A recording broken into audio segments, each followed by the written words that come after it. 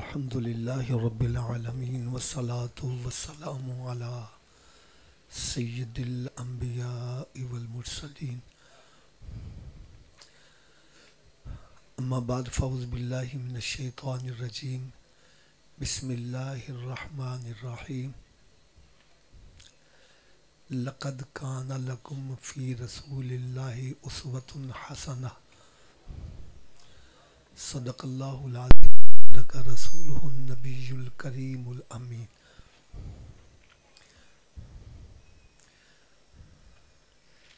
سب آپ بھی اپنا بیٹھ جائیں، اس کو سیٹ کر کے نا، پیچھے جو کھڑے ہیں اگر ان کے لیے بھی بیٹھنے کی جگہ بن جائے تو سکون کے ساتھ چند باتیں، پتہ نہیں آج کس کے دل پر چوٹ لگے، رخ مدینہ شریف کی طرف ہو جائے۔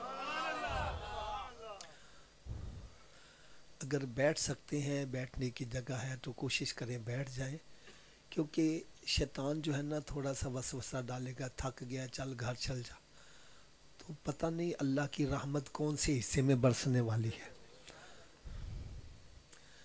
پیارے اسلام بھائی، وہ حدیث مبارکہ کا مفہوم ہے کہ پیارے آقا حضرت محمد مصطفیٰ صلی اللہ تعالی علیہ وسلم نے ارشاد فرمایا کہ جو میرا امتی عقیدت اور محبت کے ساتھ، کیسے جی؟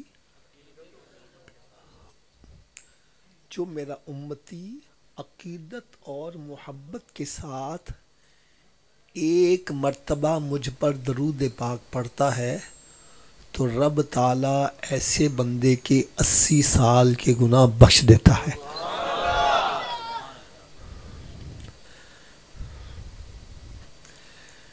یہ حدیث سن کر ایک نوجوان لڑکا میرے پاس آ گیا،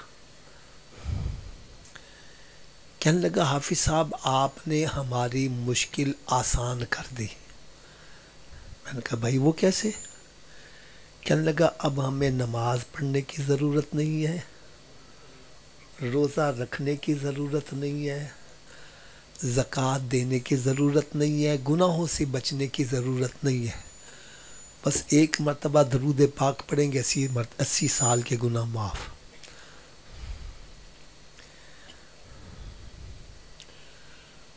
میں نے کہا بھائی ایسی بات نہیں ہے، ایسی بات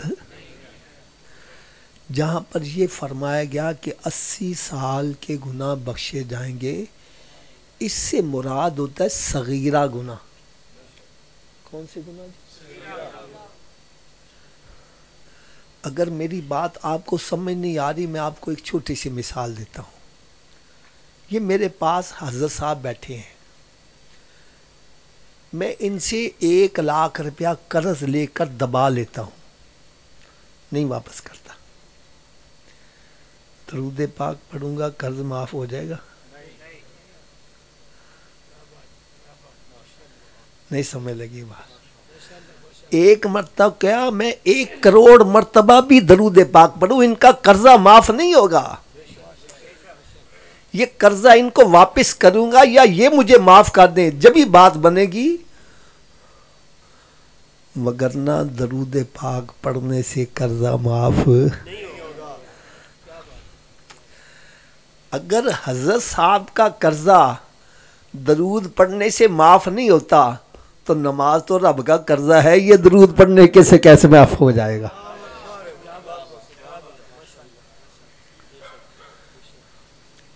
حضرت صاحب ایک اللہ کا نیک بندہ، کیا میں نے کہا؟ اس کے پاس جب کوئی قرض لینے کے لیے آ جاتا، حضرت صاحب میں غریب آدمی ہوں، مجھے بڑی اشد ضرورت ہے، آپ میری مدد کریں، مجھے قرضہ دے دیں، تو وہ پوچھتے بھائی نماز پڑھتے ہو؟ اگر وہ کہتا جی نماز نہیں پڑھتا میں، تو اس کو قرضہ نہیں دیتے تھے، اور اگر اس نے کہہ دیا جناب ہاں میں نماز پڑھتا ہوں تو اس کو قرضہ دے دیتے تھے، یعنی بے نمازی کو قرضہ نماز پڑھنے والے کو دے دیتے تھے۔ ایک دن کسی نے سوال ہی کر دیا حضرت جی وجہ کیا ہے؟ آپ نماز پڑھنے والے کو قرضہ دے دیتے ہو، بے نمازی کو نہیں دیتے، وجہ کیا ہے؟ فرمایا جیڑا رب دا قرضہ نہیں دینا انہیں میرا قرضہ کتوں دینا وے۔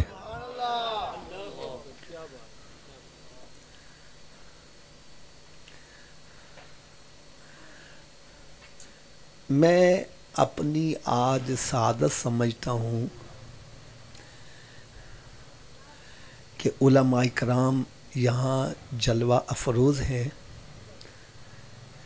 میں تو ان کو سبق سنانے کے لیے آیا ہوں۔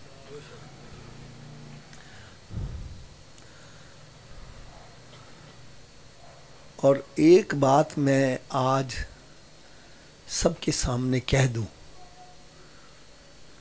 میری بات آپ کو غلط لگے میرا لحاظ نہیں کرنا، بڑے مجمع میں کھڑے ہو کے کہنا حافظ صاحب آپ غلط کہہ رہے ہیں، میں سب کے سامنے معذرت بھی کروں گا، الفاظ بھی واپس لوں گا، اور اگر میری بات سچی لگے پھر عمل ہونا چاہیے کہ نہیں ہونا چاہیے؟ تھوڑا سا اونچی آواز سے بولو یار نا، میں ایک دکھ والی بات کہنے لگا ہوں، ہم اپنی محافل کو با مقصد بنائیں، ہم لاکھوں روپیہ محافل پہ لگا دیتے ہیں، اگر بے نمازی آ رہا ہے بے نمازی واپس آ رہا ہے، زانی آ رہا ہے زانی واپس آ رہا ہے، شرابی آ رہا ہے شرابی واپس آ رہا ہے۔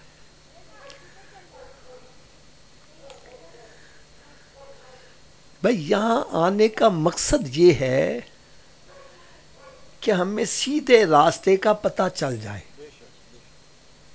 نماز کے اندر ہم ہر رکعت میں پڑھتے ہیں اہدنا الصراط المستقیم، یا اللہ میں سیدھے راستے پہ چلا۔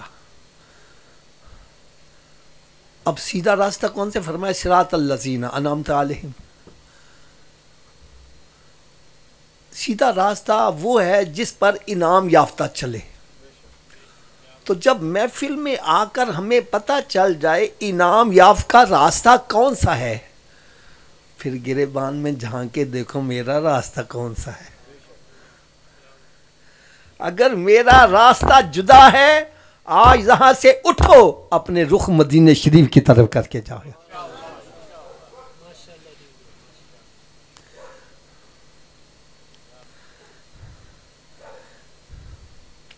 میں اس کے لیے ایک چھوٹی سی مثال بھی دے دوں، سمجھنے میں آسانی ہو جائے گی۔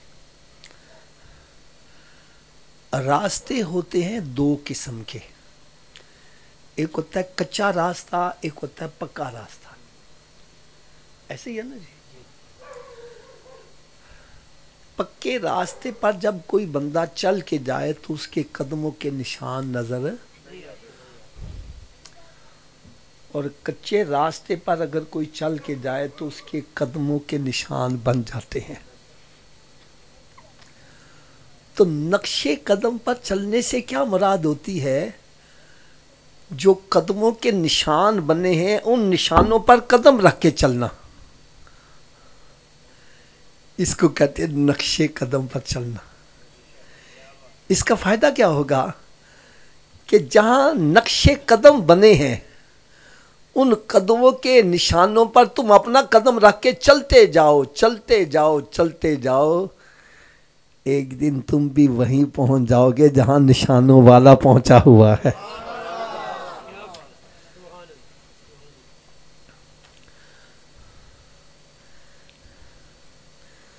میں ایک دکھ والی بات کہنے لگا ہوں، اگر میں غلط ہوں گا تو میری اصلاح فرما دیں گے۔ آج ہمارے سنیوں کے اندر ایک بات ذہن میں ٹھوس کے بٹھا دی گئی ہے، ہم مسلمان کے گھر میں پیدا ہوئے، مولوی صاحب نے آ کے میرے کان میں اذان پڑھ دی، اب میں نمازیں پڑھوں یا نہ کروں، چوری کروں ڈکیتی کروں زنا کروں شراب پیوں قطع رحمی کروں ماں باپ کو گریبان سے پکڑ کے گھسیٹوں، پڑوسیوں کے حقوق کا خیال نہ کروں، حلال حرام کی تمیز ختم کر دوں، قیامت کے روز رب تعالیٰ نے جنت مجھے پلیٹ میں ڈال کر پیش کرنی ہے.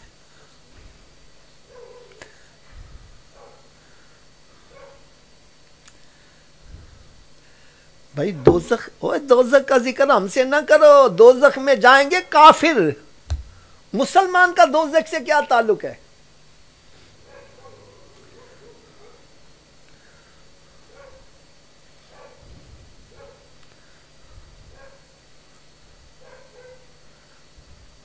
اور کچھ ذہن بھی ایسے بنائے جاتے ہیں، لوکاں مینوں ایویں آن ڈرایا،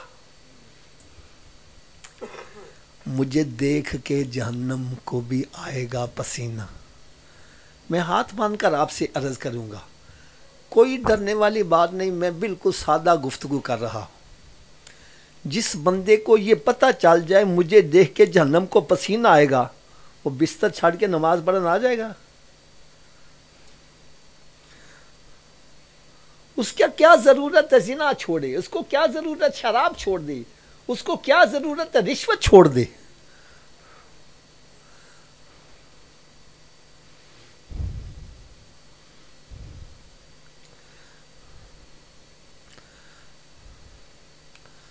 تو آج کل میں نے ایک مشن لے کر چلا ہوں کہ لوگوں کے ذہنوں سے یہ بات نکالی جائے، ایسا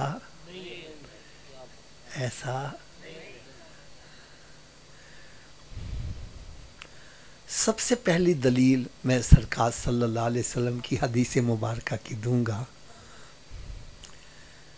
میرے آقا صلی اللہ علیہ وسلم نے ارشاد فرمایا، قبر یا تو جنت کے باغوں میں ایک باغ بن جاتی ہے یا پھر دوزخ کے گڑھوں میں گڑھا بن جاتی ہے. حضرت صاحب یہ مسلمان کے لیے فرمایا کہ کافر کے لیے فرمایا؟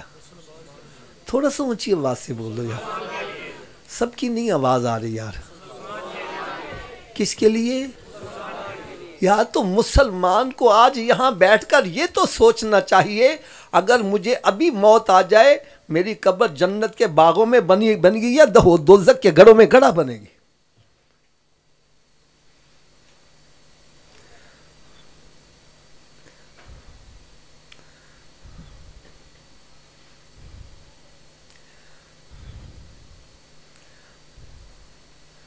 میں ایک چھوٹا سا اشارہ بھی کرنے لگا ہوں.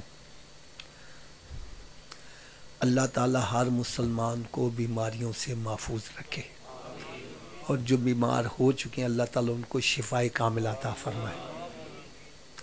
میں سمجھانے کے لیے ایک بات کہنے لگا ہوں.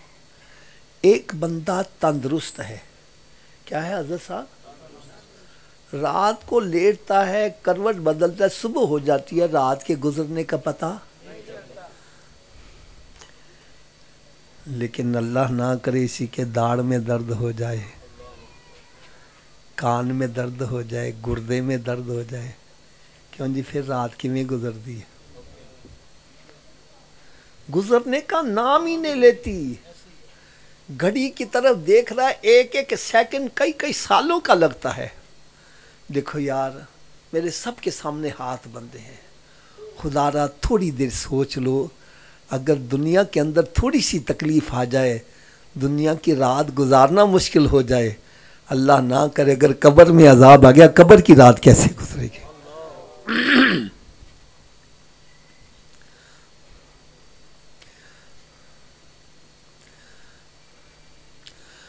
اگر ابھی بھی تسلی نہیں ہوئی، میں اب قرآن کا حوالہ دینے لگا ہوں. 30واں پارہ ہے سورہ القاریہ، بڑی مشہور ہے، کئیوں کو یاد بھی ہوگی. اللہ رب العزت نے قرآن مجید میں ارشاد فرمایا، فَأَمَّا مَنْ ثَقُلَتْ مَوَازِينُهُ فَهُوَ فِي عِيشَةٍ رَاضِيَةٍ وَأَمَّا مَنْ خَفَّتْ مَوَازِينُهُ فَأُمُّهُ هَاوِيَةٌ وَمَا أَدْرَاكَ مَا هِيَ نَارٌ حَامِيَةٌ. فرمایا قیامت کے روز نیکیاں بدیاں تلیں گی. کیا ہوگا جی؟ اچھا میں ایک چھوٹا سا سوال کر دوں، یہ نیکیاں بدیاں کافروں کی تلیں گی کہ مسلمانوں کی؟ اونچی بولو یار. کافر کی تو نیکی ہے ہی کوئی نہیں. یہ نیکیاں بدیاں کن کی تلیں گی؟ اور قرآن یہ کہہ رہے ہے جس کی نیکیاں زیادہ ہوں گی وہ جنتی ہوگا، اور جس کی نیکیاں کم ہو گئی اس کا ٹھکانہ ہاویہ ہے. اور تو کیا سمجھتے ہاویہ کیا ہے؟ فرمایا وہ دہکتی ہوئی آگ ہے. اور خدا را دیکھو میرے پھر ہاتھ بندے ہیں. آج اگر جلتی ہوئی سگریٹ پر ننگا پاؤں آ جائے ایک دم اچھل پڑتا ہے. سگریٹ کی آگ نہیں سہی جاتی، دوزخ کی آگ کیسے برداشت کرو گے؟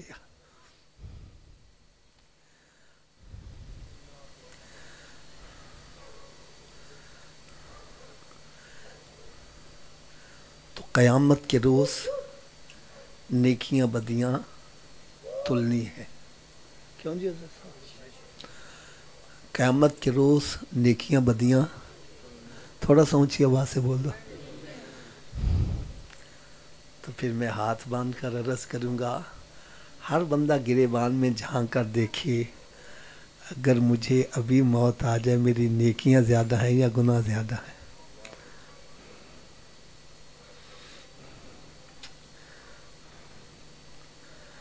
اور اگر کوئی یہ سمجھ رہا ہے حافظ صاحب ابھی بڑا وقت پڑا ہے، جب اب بوڑھے ہوں گے تو پھر ہم ہوں گے اور مسجد ہوگی، ہم نے رب کو راضی کر لینا ہے. یعنی ہمارے ذہن میں یہ بات سما چکی ہے کہ اسی مرنا نہیں. میں اس کے لیے چھوٹا سا اشارہ کروں گا، چھوٹا سا اشارہ. ابھی چند دن پہلے مری کے اندر کیا ہوا ہے؟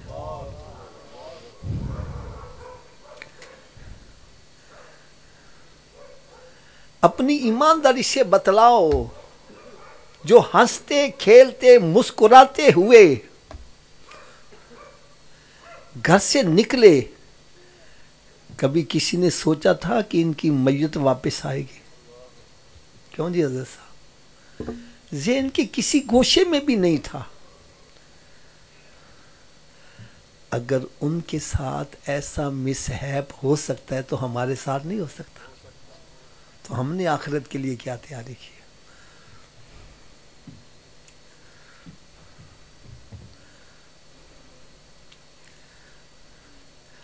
آج ایک اور ذہن کے اندر بڑی بات سما چکی ہوئی ہے. سرکار شفاعت فرمانے والے ہیں، ہمیں کوئی لوڑ ہی نہیں نیکیاں کرنے کی. اور پھر نعت خواں حضرات بھی کچھ ایسا ذہن بناتے ہیں، اے گناہ گارو مت گھبراؤ سرکار تاڈے نے، نماز پڑھن والے دے نہیں سرکار.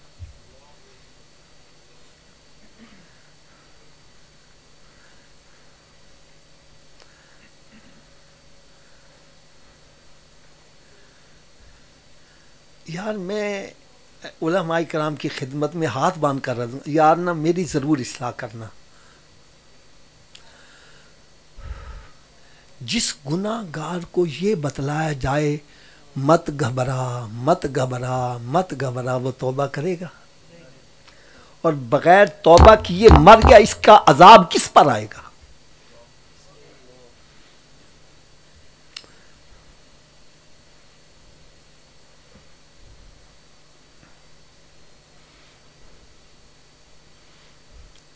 اور ہم نے ایسے ذہن بنا کر لوگوں کو گناہوں پہ دلیر کر دیا ہے. حضرت صاحب پہلے بدکاری کے لیے ایک محلہ مخصوص ہوتا تھا، آج ہر محلے میں بدکاری کے اڈے کھلے ہوئے ہیں، جوئے کے اڈے کھلے ہوئے ہیں، عیاشی فحاشی کے اڈے کھلے ہوئے ہیں.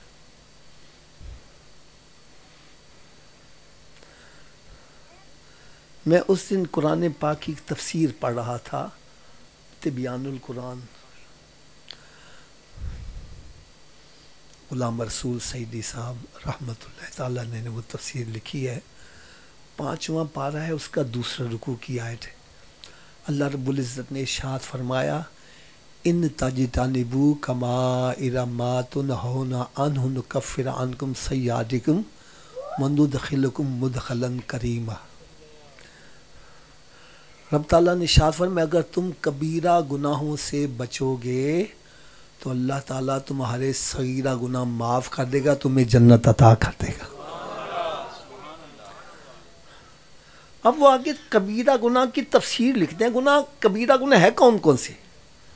سب سے ٹاپ پہ لکھتے ہیں شرک کرنا، جس کی معافی نہیں ہے. حضرت صاحب جو اگلا گناہ لکھا نا، اس نے میرا اندر ہلا کے رکھ دیا. فرمایا جو اللہ تعالیٰ کی رحمت کے بھروسے پر، سرکار کی شفاعت کے بھروسے پر گناہوں پہ دلیر ہو جاتا ہے، وہ سب سے بڑا کبیرہ گناہ کرنے والا.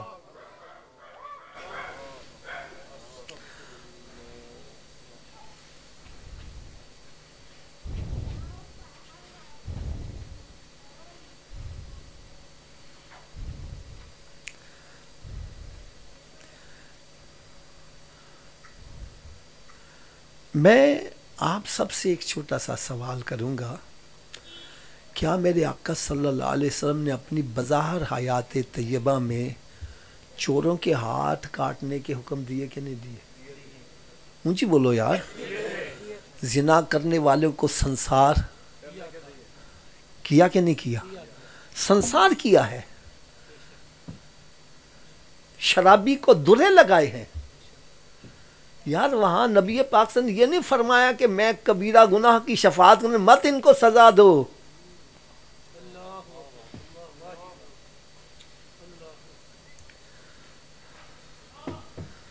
بلکہ حضرت عائشہ صدیقہ طیبہ طاہرہ رضی اللہ تعالی عنہا ارشاد فرماتی ہیں، پیارے آقا حضرت محمد مصطفیٰ صلی اللہ علیہ وسلم کے رخ انور پر ہر وقت مسکراہٹ کھیلتی رہتی تھی. جن کی تسکین سے روتے ہوئے ہنس پڑے، اس تبسم کی عادت پہ لاکھوں سلام. لیکن فرماتی ہیں جب کوئی اللہ کی حد کو توڑتا تھا تو میرے آقا صلی اللہ علیہ وسلم سخت جلال میں آ جایا کرتے.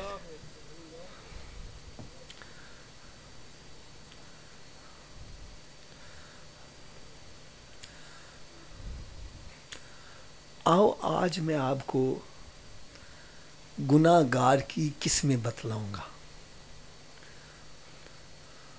پھر میں مہمان کی قسمیں بتلاؤں گا، اور آخر میں ایمان کی حفاظت کا نسخہ عرض کر کے پھر اجازت چاہوں گا.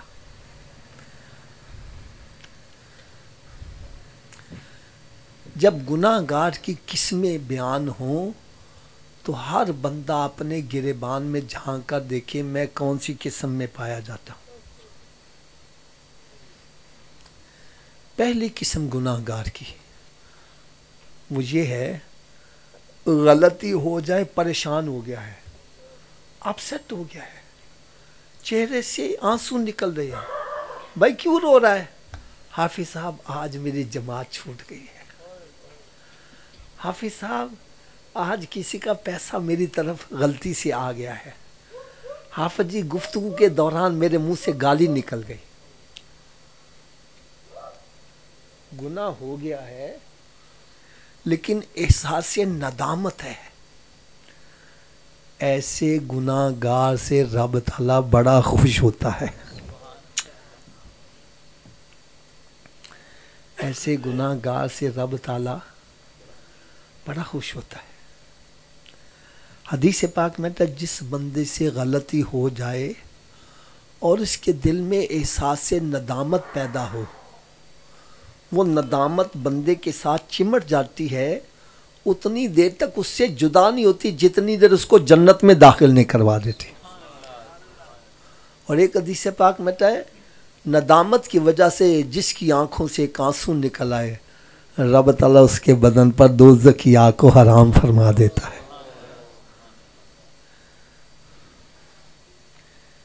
یہ گناہ گار کی پہلی قسم ہے. گناہ ہو جائے تو پریشان ہو جاتا ہے. اگر آپ چاہیں تو میں ایک حدیث مبارکہ بھی سنا دوں تاکہ ذہن کلیئر ہو جائے. میرے آقا صلی اللہ علیہ وسلم نے ارشاد فرمایا کہ بندے کا دل جو ہے وہ سفید چادر کی طرح ہے. ایک غلطی ہو جائے تو ایک کالا داغ لگ جاتا ہے. توبہ کر لے تو اللہ تعالیٰ داغ مٹا دیتا ہے، نہ توبہ کرے تو داغ بڑھتے بڑھتے دل ہی کالا ہو جاتا ہے. جب دل کالا ہو جائے مزید داغ لگنے سے پتہ یا نہیں سمجھ آ رہی. میں ایک اور مثال دے دوں. ہمارے اسی محلے میں ایک وہ بندہ بھی ہے جس کی ایک نماز جماعت سے چھوٹ گئی, پریشان ہو گیا ہے, اور وہ بندے بھی ہیں جن کی 5 نمازیں قضا اور یہ ان کو پتہ ہی نہیں. میں صحیح کہہ رہا ہوں غلط کہہ رہا ہوں؟ ہے دونوں ہی مسلمان.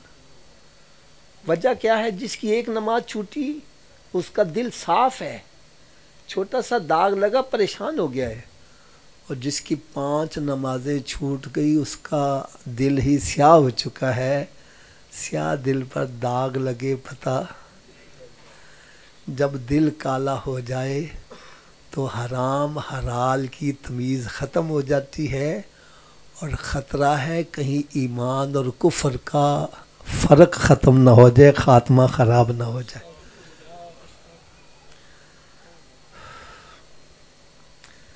گناہ گار کی پہلی قسم ہے غلطی ہو جائے تو ندامت. دوسری قسم یہ ہے گناہ ہو جائے تو گناہ کو گناہ نہیں سمجھتا. میں کہتا ہوں زجی تسی نماز نہیں پڑھ دی, وہ ساری دنیا نہیں پڑھ دی, میں نہیں پڑھی, کیڑی قیامت آ گئی. بھائی آپ سود کیوں کھا رہے ہو؟ وہ جی سارا پاکستانی خوب سود ہوتے چل رہا ہے, میں کھا لی, کیڑی قیامت آ گئی. بھائی تسی رشوت کیوں لے رہے جے؟ وہ جی رشوت نہ لئیے تو بچہ دیا روٹیاں کیویں پوریاں کریے, انہاں دیا فیساں کیویں پوریاں کریے.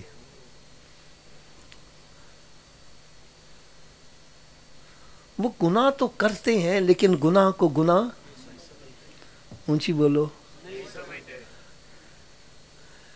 دوسری قسم گناہ گار کی یہ ہے گناہ کرتا ہے گناہ کو گناہ.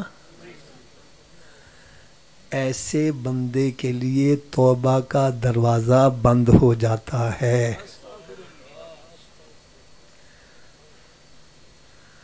آپ کہیں گے حافظ صاحب یہ آپ نے عجیب بات کہا دی, توبہ تو دروازہ قیامت کے روز بند ہوگا یا بندہ مر جائے گا پھر بند ہوگا.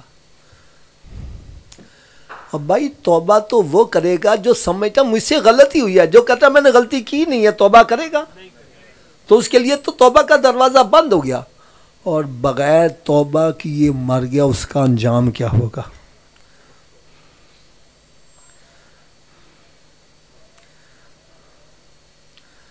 اور گناہ گار کی تیسری قسم گناہ کرتا ہے اور اس پہ فخر محسوس کرتا ہے.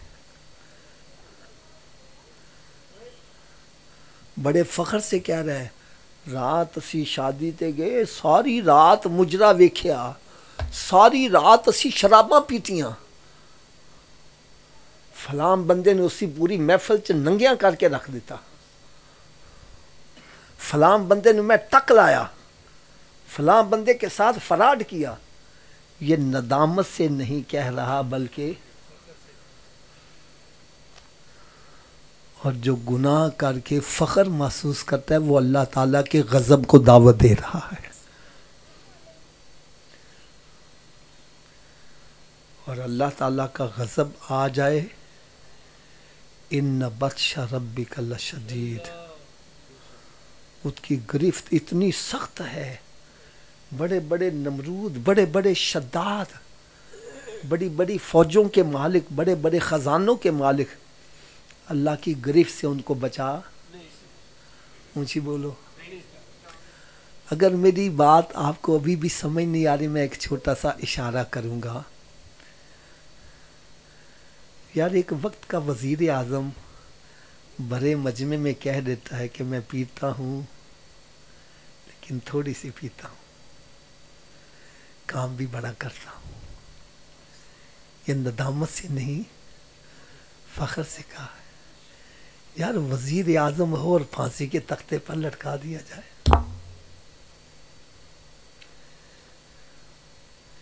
اس لیے خدا را میں آپ سب کی خدمت میں عرض کروں گا, آؤ اللہ کے غضب سے ڈر جاؤ. اس کی گرفت بڑی سخت ہے, اس کی گرفت آ جائے تو پھر بندہ اس سے بچ نہیں سکتا. اور ایک میں بات اور عرض کر دوں, آج رب تعالیٰ راضی ہے اس کو راضی کرنا چاہتے، وہ راضی ہونے کے لیے تیار ہے۔ مر گئے تو پھر تم چاہو گے رب راضی ہو جائے، رب نے راضی۔ آج وہ اتنا راضی ہے، رب تعالیٰ ارشاد فرمائے بندے تو میری طرف ایک قدم بڑھا، میری رحمت 10 قدم بڑھ کے تیرا استقبال کرے گی۔ بلکہ میں آپ کو ایک قرآن مجید کی آیہ مبارکہ سناؤں۔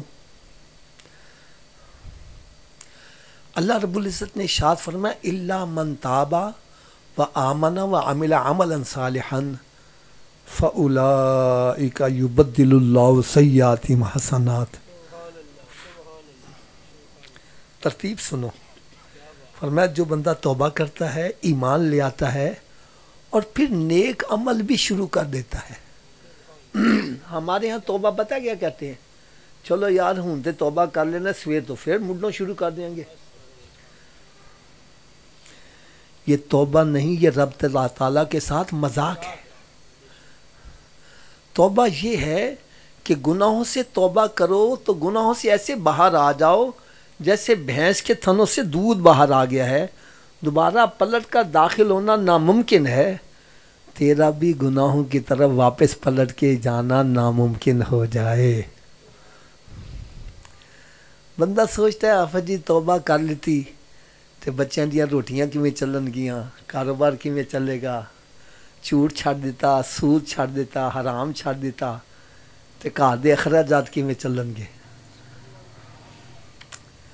تو اس کا بھی میں جواب عرض کر دوں۔ میں نے کہا بھائی جب تم ماں کے پیٹ میں تھا اس وقت تیری کون سی ملیں چلتی تھی؟ رب تعالیٰ وہاں بھی تجھے رزق پہنچاتا تھا۔ اور دوسری بات اور کان کھول کے سن لو، دنیا کی کوئی طاقت ہمارے رزق میں نہ اضافہ کر سکتی ہے نہ کم کر سکتی ہے۔ جو رزق ہماری قسمت میں لکھ دیا ہے وہ مل کے رہے گا۔ بے صبرہ ہو جاؤ گے تو حرام طریقے سے ملے گا، صبر کر لو گے تو حلال طریقے سے مل جائے گا۔ قرآن مجید فرقان حمید میں رب تعالیٰ نے ارشاد فرمایا وَمَن يَتَّقِ اللَّهَ يَجْعَل لَّهُ مَخْرَجًا وَيَرْزُقْهُ مِنْ حَيْثُ لَا يَحْتَسِبُ۔ فرمایا جو میرے اوپر توکل کرتا ہے میں اس کو رزق وہاں سے پہنچاتا ہوں جہاں سے اس کا وہم و گمان بھی نہیں ہوتا۔ اب سنو ذرا الا من تاب و آمن و عمل عملا صالحا، توبہ کرے، ایمان لے اور اس کے بعد پھر کیا کرے؟ اونچی بولو، گناہوں کو چھوڑ دے، عمل صالح کرے۔ اس کا فائدہ کیا ہوگا؟ فرمایا فاولئک یبدل اللہ سیئاتہم حسنات، اللہ تعالیٰ ایسے بندے کے پچھلے گناہوں کو نیکیوں میں تبدیل فرما دے گا۔ تو اب مجھے بتلاؤ توبہ کرنے میں فائدہ ہے کہ نقصان ہے؟ سب کی آواز نہیں آ رہی۔ اگر فائدہ ہے تو آؤ آج اسی وقت سچے دل سے توبہ کر لو کہ مالک مولا ہم تیرا شکر ادا کرتے ہیں کہ تو نے اپنے محبوب کا امتی بنایا، لیکن ہم امتی بن کے باتیں شیطان کی مانتے رہے۔ جو شیطان کہتا ہے وہ مان رہا ہے، جو نبی کہہ رہا ہے وہ نہیں مان رہا۔ اور ہمیں پتہ چل رہا ہے کہ شیطان کی بات ماننے والے کا انجام جہنم ہے اور سرکار کے پیچھے چلنے والے کا انجام جنت ہے جہاں رب کا دیدار نصیب ہوگا۔ لہٰذا آج ہم سب سچی توبہ کرتے ہیں، یا اللہ ہم سب کی توبہ قبول فرما لیں اور آئندہ ہم سب کو نیک اعمال کرنے کی توفیق بھی عطا فرما دے، گناہوں سے بچنے کی بھی توفیق عطا فرما دے۔ اب پیارے اسلام بھائیو، ایک بات یاد رکھنا، میرے بارے میں کوئی بندہ یہ نہ بدگمانی کرے کہ میں اللہ تعالیٰ کی رحمت سے مایوس ہوں یا سرکار کی شفاعت کا منکر ہوں، ایسی بات ہرگز نہیں ہے، ایسی بات۔ لیکن ایک بات آپ بھی میری تصدیق کرو گے، رب کی رحمت سے اور سرکار کی شفاعت سے کافر جنت میں جائے گا کہ مسلمان جنت میں جائے گا؟ اونچی بول دو یار. تو پھر مسلمان کو اپنے ایمان کی تو حفاظت کرنی چاہیے. یہ تو چیک اپ کرے کہ میرے اندر ایمان ہے کہ نہیں ہے.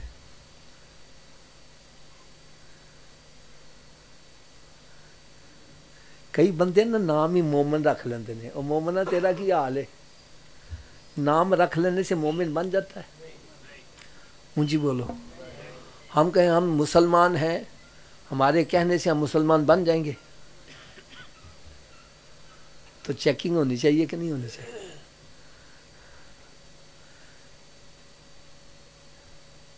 مسلمان کے پاس سب سے قیمتی شے اس کا ایمان ہے. ایسا ہی آنا چاہیے. تو قیمتی شے کو چیک کرنا چاہیے کہ نہیں کرنا چاہیے؟ آواز کم ہو گئی ہے. اگر چیک کرنا چاہتے ہو نسخہ میں بتلا دوں، سارے چیک کر لو گے. کروڑوں درود، کروڑوں سلام اس پیارے آقا صلی اللہ علیہ وسلم پر، جنہوں نے ارشاد فرمایا میرے امتی اگر تو ایمان چیک کروانے کے لیے کسی بندے کے پاس چلا گیا تو تیرا پردہ فاش ہو جائے گا. تو میں نہیں چاہتا تیرا پردہ فاش ہو جائے. نسخہ میں بتلا دیتا ہوں، تو خود ہی چیک کر لیا کر لو گے چیک. جو بندہ چاہتا ہے میں اپنا ایمان چیک کر لوں، کیا کر لوں؟ اس کو چاہیے کہ مسجد میں آ جائے. کہاں آ جائے؟ اگر مسجد میں آ کر ٹھنڈ پڑ گئی ہے، سکون آ گیا ہے، سمجھ جاؤ دولت ایمان موجود ہے. کیونکہ میرے آقا صلی اللہ علیہ وسلم نے ارشاد فرمایا مومن مسجد میں اس طرح ہے جیسے مچھلی پانی میں ہے. مچھلی کو پانی سے باہر نکالو تڑپتی ہے. اچھا یار اس کو تھوڑا سا ریسٹ دے لو، آپ بھی کچھ باتیں آخر کی سن لیں. یہ آخری چند باتیں جو ہوتی ہیں نا، یہ پورے بیان کا لب لباب ہوتا ہے. آپ تصویر بناتے ہیں، سب کی توجہ آپ کی طرف ہوتی ہے. میں تو وہ کیمرے والے سے بھی کہتا ہوں بھائی آپ بھی بیٹھ جاؤ، سارے بندے سکون کے ساتھ سنو یار.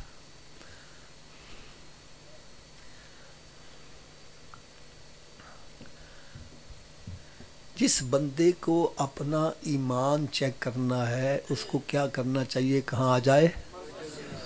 اونچی بولو. مسجد میں آ گیا ہے، ٹھنڈ پڑ گئی ہے، سکون آ گیا ہے، سمجھ جاؤ دولت ایمان موجود ہے. کیونکہ میرے آقا صلی اللہ علیہ وسلم نے ارشاد فرمایا مومن مسجد میں اس طرح ہے جیسے مچھلی پانی میں. مچھلی کو پانی سے باہر نکالو تڑپتی ہے، مومن بھی مسجد سے باہر تڑپ رہا. یار اذان دا ٹائم تے نہیں ہو گیا؟ دیکھی ٹائم کتنا ہو گیا یار، کہ اذان دی آواز تے نہیں آ رہی یار. تڑپ رہا ہے. جیسے مسجد میں آتا ہے ٹھنڈ پڑ جاتی ہے، مسجد میں آ گیا ہے، سکون آ گیا ہے، اندر کیا موجود ہے؟ اونچی بولو. اگر مسجد میں آیا ہے چین نہیں آ رہا، اپسیٹ ہو گیا ہے، یوں محسوس کرتا ہے جیسے مجھے کسی نے قید میں بند کر دیا، جلدی جلدی ٹھونگے مار کے بھاگ کے وہ جاتا ہے، سمجھ جاؤ اندر نفاق آ گیا ہے. کیا آ گیا ہے؟ کیونکہ میرے آقا صلی اللہ علیہ وسلم نے ارشاد فرمایا منافق مسجد میں اس طرح ہے جیسے پرندہ قید میں. ایک پرندے کو قید میں ڈال دو، وہ ادھر ٹکر مار، ادھر ٹکر مار، ادھر ٹکر مار، چھوٹا سا سوراخ دے، وہ بھاگ کے گیا. یہ بھی آتا ٹکر مار کے وہ گیا. اب تھوڑا سا میرا ساتھ دو گے؟ جو مسجد میں آ گیا ہے، ٹھنڈ پڑ گئی ہے، اس کے اندر کیا موجود ہے؟ اور جس کو مسجد میں سکون نہیں ملا اس کے اندر کیا ہے؟ اور جو مسجد میں آتا ہی نہیں اس کے اندر کیا ہے؟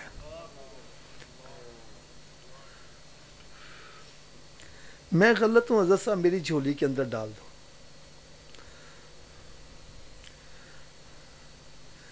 سرکار کی شفاعت کے حقدار بننا ہے رب تعالیٰ کی رحمت کا حقدار بننا ہے تو ایمان تو لے کے جاؤ نا. کیا خیال ہے؟ کیونکہ یہ تو سب میری بات کی کنفرمیشن کریں گے. کافر سرکار کی شفاعت سے جنت میں، کافر اللہ کی رحمت سے جنت میں. اس کے لیے میں نے نا ایک کلپ میرا پوری دنیا کے اندر بہت مشہور ہوا، اور اس کلپ کو دیکھ کر پتہ نہیں کتنے ہزار بے نمازی بن گئے. وہ کلپ تھا، اس کی ٹائٹل تھا مہمان کی 3 قسمیں. پہلی قسم مہمان آ جائے میں کہتا یار بیٹھ جاؤ چلے جانا یار ایڈی کادی کالی ہے، آگے میں کہتا جاوی نا. دوسری قسم آ گیا میں کہتا اچھا یار جلدی نکلو فٹافٹ، ضروری گل ہوئی تو فون تے کر لینا نکلو. تیسری قسم میں کہنا میرے گھر چ وڑے ہی نہ. مہمان دیاں کنیاں قسم نے؟ پہلی قسم آ جائے تو اسی کہنا کرو، دوسری قسم آ گیا تو اسی کہنا فٹافٹ، تیسری قسم اسی کہنا سارے گھر چ. یار مسجد کدا گھر ہے، اسی رب دے گھر چ مہماناں دی کیڑی قسم ہے؟ ہر بندہ چاہ کے دیکھے. اگر مسیطے گیا ہوئے نماز پڑھ کے پھر بھی بیٹھا ہوئے، میں جانتا نہیں میں تسبیح پڑھ لواں درود پڑھ لواں، یہ مطلب ہے پہلی قسم میں رب کرنے بہ جا بہ جا اور بہ جا اور بہ جا اور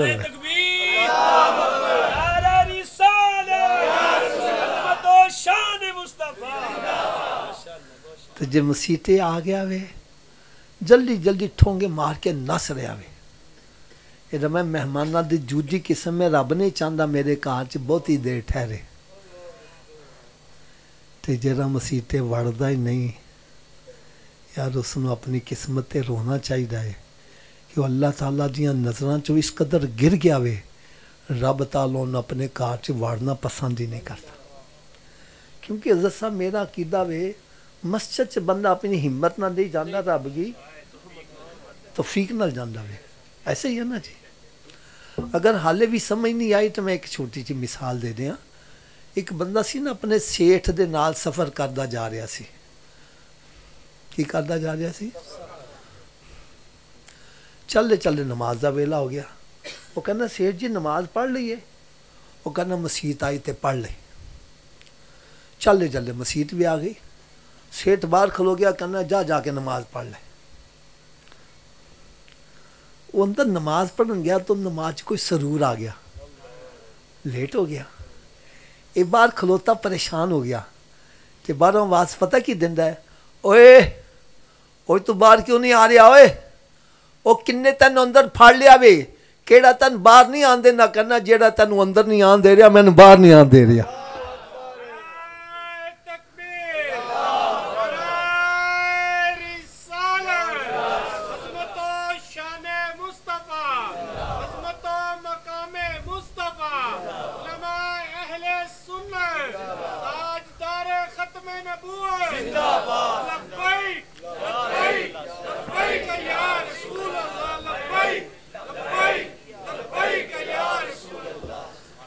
ان آخری گل جڑی ہے ایمان دی حفاظت کیویں ہوئے.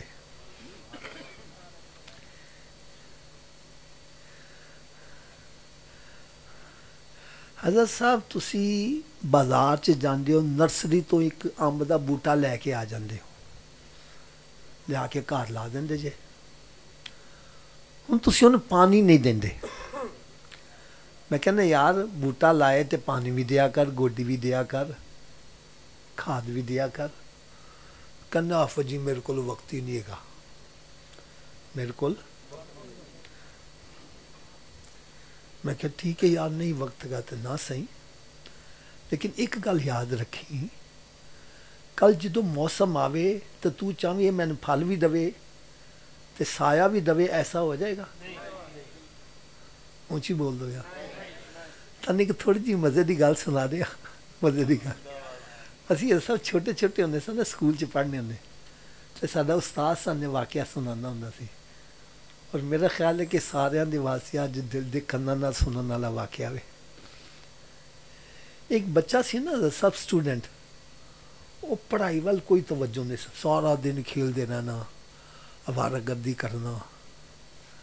جدو امتحان آئے، امتحان دے کے واپس آ گیا تو کسی نے پوچھا یار تیرے پیپر کیسے ہوئے نے؟ کہنا میرا 100/100 نمبر پورا آئے گا. کتنا آئے گا؟ 100/100. بڑا حیران ہوئی یار 100/100 کیسے آئے گا؟ کہنے لگا حضرت جی میں ایک شعر لکھ کے آ گیا ہوں، وہ شعر ایسا وے استاد پڑھے گا انہیں اس سے ویلے 100/100 نمبر دے دینا ہے. کہنا یار وہ شعر کیڑا سی؟ کہنا میں شعر چ لکھ کے آیا ہوں پرچے چ کہ خدایا خدایا تیری آس ہے، خزانے کی کنجی تیرے ہاتھ ہے، اگر پاس کر دے تو کیا بات ہے. پھر ایک دفعہ پڑھ دیا کیونکہ آج اسی ایسی شعر تے لگے ہوئے ہیں. خدایا خدایا تیری آس ہے، خزانے کی کنجی اگر پاس کر دے تو کیا بات ہے. استاد بھی بڑا سمجھدار سی، انہیں جواب پتہ کی لکھیا، ساری کتابیں تو تیرے پاس تھی، اگر محنت کرتا تو کیا بات تھی. انہیں صفرہ بنا کے تھلے 100 لکھ دیتا. یار قرآن ساڈے کول، حدیث ساڈے کول، علماء کرام ساڈے کول، اسی انہاں تے عمل نہیں. خدایا خدایا تیری آس ہے.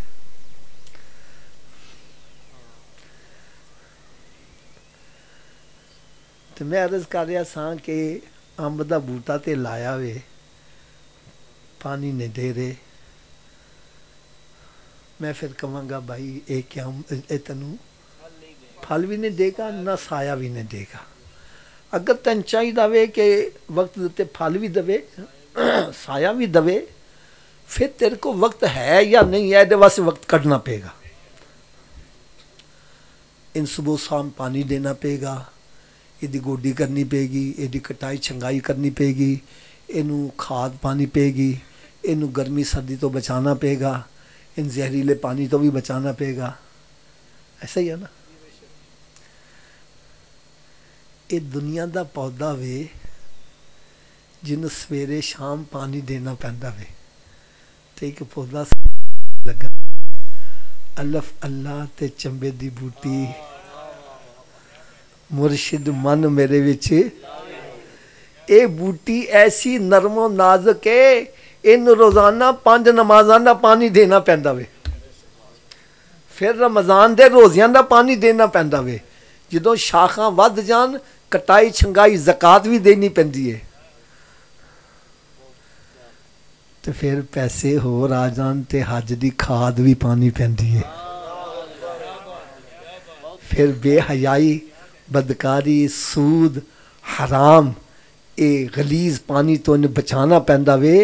جدوں تسی ساریاں قربانیاں دے گے تے قیامت والے دن جدوں اے زمین تانبے دی بنی ہوئے گی، سورج 1.25 میل دے فاصلے تو اگ برسا رہا ہوئے گا، اے پودا سانو کھان واسطے پھل بھی دے گا تے سایہ بھی مہیا کرے گا.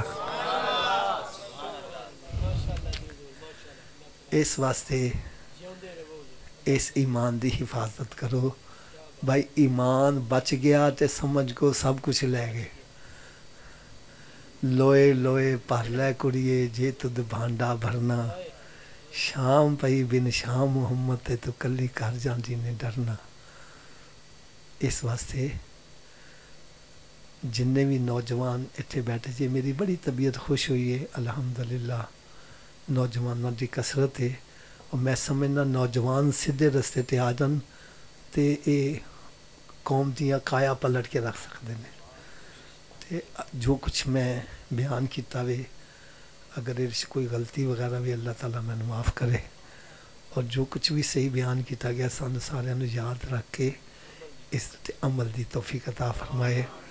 آخر چلدے چلدے ایک تانوں بڑی پیاری گل سنا جاواں، تانوں ساری زندگی مزہ ہی آندا رہے. مزے والی بھی گل ہونی چاہیے نا.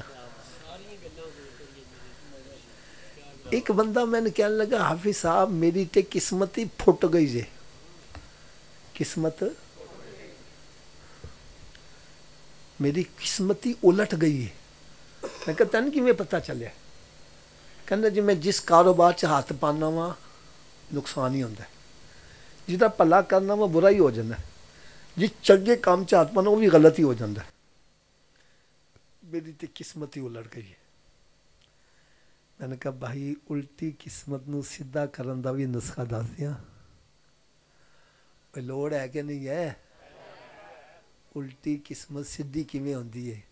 میں کیا ایک مور ہوندی ہے نا سٹیمپ, یہ پھڑ کے اپنے سامنے کرو, اس مور تے الفاظ الٹے لکھے ہوندے نے, جدوں ایہو ہی مور انج جھک جاندی ہے تے الٹے الفاظ.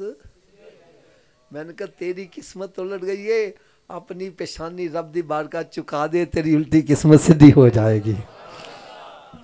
یہ ایک سجدہ جسے تو گراں سمجھتا ہے, ہزار سجدوں سے دیتا ہے آدمی کو نجات, وما علیہ الا البلاغ.